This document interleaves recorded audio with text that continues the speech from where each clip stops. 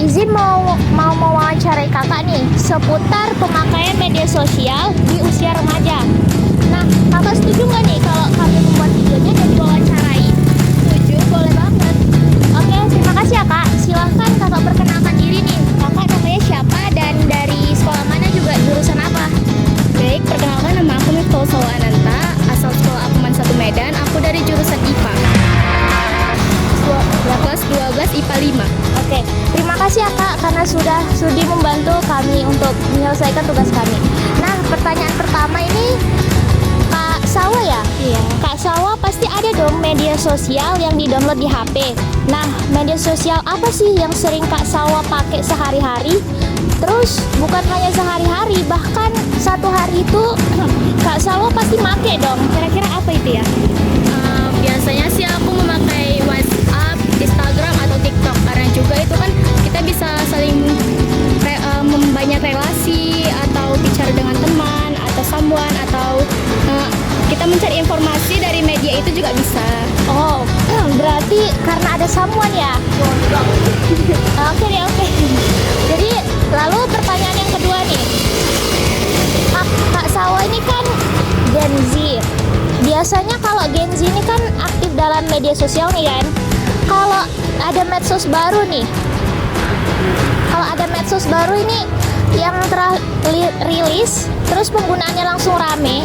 Kakak itu tipikal orang yang langsung nyobain karena penasaran, atau ngikut-ngikut tren aja, atau bahkan nggak ada rasa tertarik gitu sama sekali?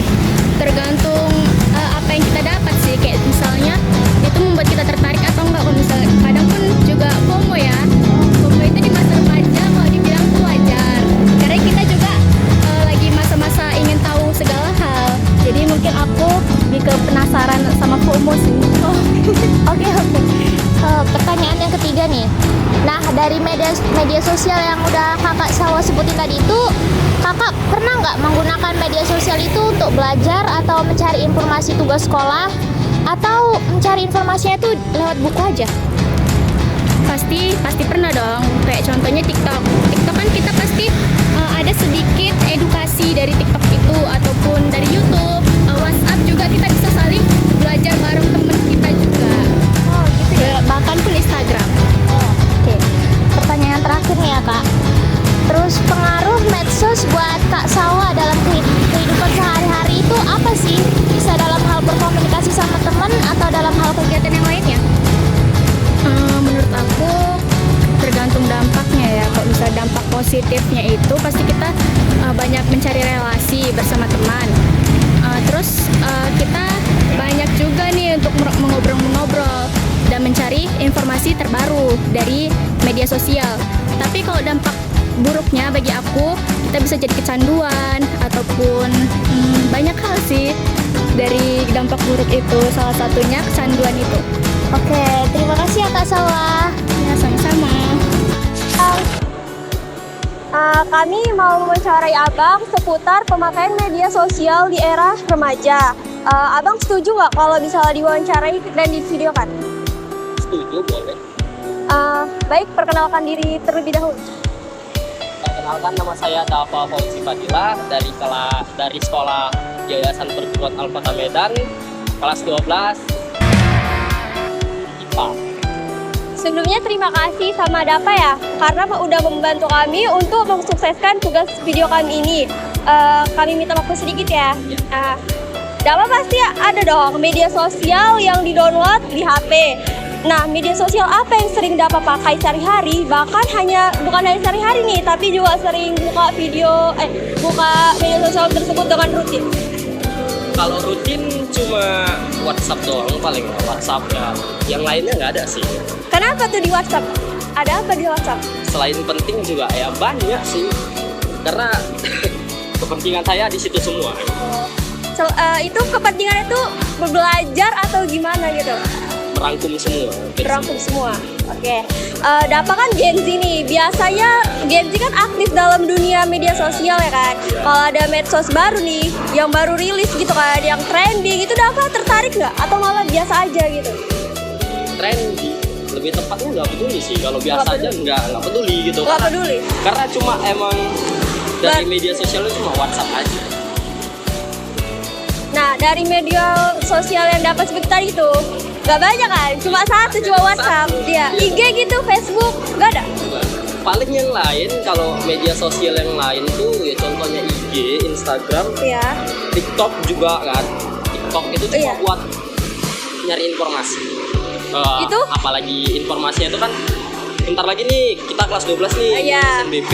Benar, kan. nyari informasinya di situ. Informasinya dari media sosial. Gitu.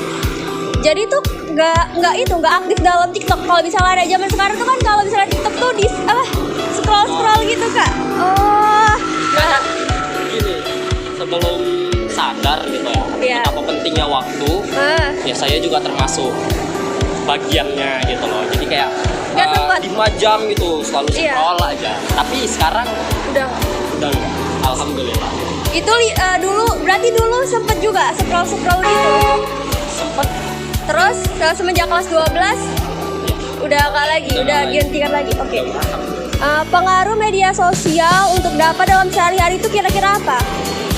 nggak terlalu penting menurut saya tuh. Yang penting itu interaksi sosial antara satu sama lain, karena kan juga manusia tuh makhluk sosial gitu loh, butuh interaksi. Jadi ya begitulah, nggak selalunya interaksi itu virtual kan. Iya. Benar kan? Oh, berarti dapat tuh lebih kayak lebih mentinggi itu apa? Sosial gitu dalam. Benar. Oke. Bisa disangkal. Terima kasih. Ini kesimpulan dari data yang kita ambil apa ya? Nah, jadi kesimpulan yang telah kami dapatkan adalah yang pertama yaitu ada tingkat ketergantungan yang tinggi. Banyak responden menggunakan HP dan media sosial secara intensif, bahkan seringkali dalam durasi yang panjang setiap hari. Yang kedua yaitu ada dampak positif dan negatif. Media sosial memberikan manfaat dalam komunikasi, hiburan, dan juga pendidikan. Nah, dampak negatif seperti kecanduan, gangguan konsentrasi, dan pengaruh kesehatan mental.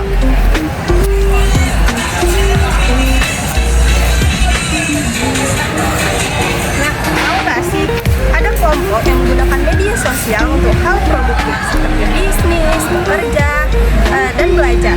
Ada juga kelompok yang lebih banyak menggunakan untuk hiburan dan interaksi sosial.